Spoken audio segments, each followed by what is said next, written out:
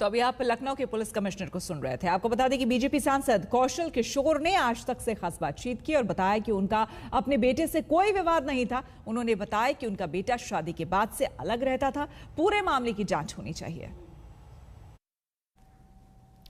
लखनऊ गोलीकांड मामले में इस वक्त सांसद कौशल किशोर जी हमारे साथ जुड़ गए। सीधे उन्हीं का रुख करेंगे। क्या लगता है आपको, इस तरह की वारदात क्यों हुई है?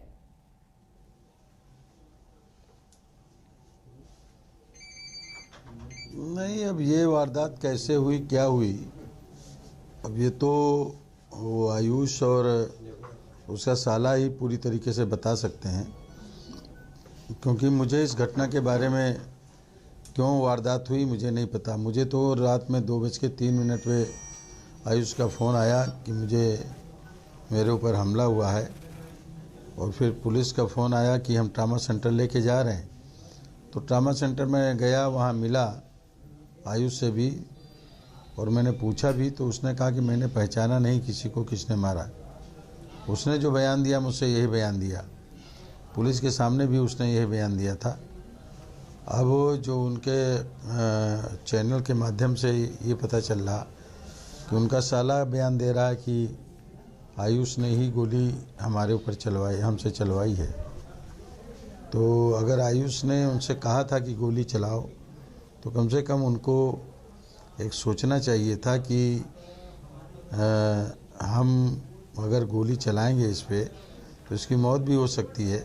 तो कम से कम इस संबंध में हम लोगों से एक बार उसको बताना चाहिए था कि आपका बेटा इस तरीके से हमसे बात कर रहा है, लेकिन उसके साले ने भी इस तरह का कोई जिक्र हम लोगों को उससे नहीं किया।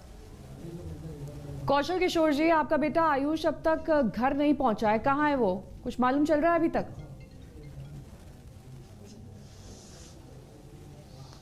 मैं तो हॉस्पिटल से चला आया था, और वो तो डिस्चार्ज होके यही बोला था कि घर जा रहे हैं। तो घर नहीं पहुंचा तो कहीं होगा, पहुंचेगा ही घर। आपके बेटे के साले ने 3 नाम लिए हैं अपने बयान में। तो पहुंचेगा ही जी। 3 नाम जो लिए हैं, उन तीनों नामों के बारे में आपको जानकारी है? नहीं, मेरे संज्ञान में नहीं है, मुझे जानकारी इस संबंध में नहीं है। और जिनके नाम वो ले रहे हैं मैं उनको जानता भी नहीं हूँ, और मेरा परिचय उनसे नहीं है। कौशल किशोर जी, जिस पिस्टल से फायरिंग हुई है वो आपके नाम पर दर्ज है, साले की है, आपके बेटे आयुष की है, किसकी है वो?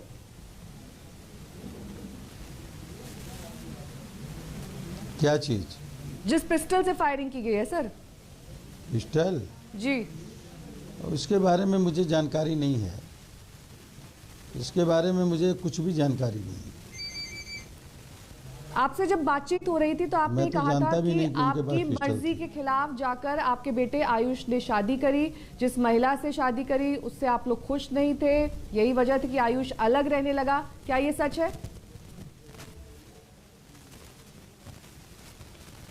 हाँ, उसने अपनी मर्जी से शादी की थी, और हमने कहा शादी अगर लव मैरिज भी करनी है तो 2-3 साल रुक जाओ, मेरे एक बेटे की शादी और है, वो हो जाएगी तो तुम्हारी भी कर देंगे। मगर वो मानने के लिए तैयार नहीं था। तो मैंने कहा जा कर के कर लो, कोई परिवार का व्यक्ति शामिल नहीं होगा इसमें, और आप शादी कर लोगे तो आप अलग जा कर के रहो, फिर आपसे और आपकी ससुराल के किसी लोगों से हमारा कोई संबंध नहीं रहेगा परिवार का। तो हमारे परिवार के किसी व्यक्ति से उनके ससुराल वालों से कोई संबंध नहीं था। आयुष जरूर कभी कभार आता जाता था और बात भी करता था उनसे, लेकिन अलग रहता था। और इसके लिए मैंने खुद बोला था कि आपको अलग ही रहना पड़ेगा। आप अपनी मर्ज़ी से शादी कर रहे हो, और जिससे शादी कर रहे हो वो आपसे उम्र में बड़ी है, और हमारे एक बेटे की अभी शादी नहीं हुई है, तो हम ऐसे कैसे कर लेंगे? कोई अरेंज मैरिज होती तो ठीक था, और इस तरह से कैसे कर लेंगे? तो लड़के की उम्र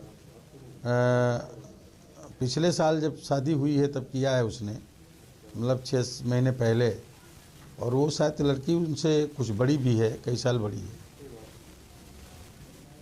क्या इस बात को लेकर, शादी की जो आपसी विवाद आपका था, इसको लेकर कोई कहा सुनी फोन पर या आमने सामने कभी? कोई विवाद हमारा नहीं था उसका। नहीं, ये गलत बात। हमारा उसका कोई विवाद नहीं था, हमारी उसकी यही बात ही हुई थी और उसे इस बात से सहमत था कि हम शादी करेंगे और हम कभी घर लेकर के नहीं आएंगे। उनकी पत्नी से कभी आपकी कोई बातचीत हुई है? हाँ, हुई, मेरी 1-2 बार बातचीत हुई है। मैंने पूरा बता भी दिया था उसको, लड़की को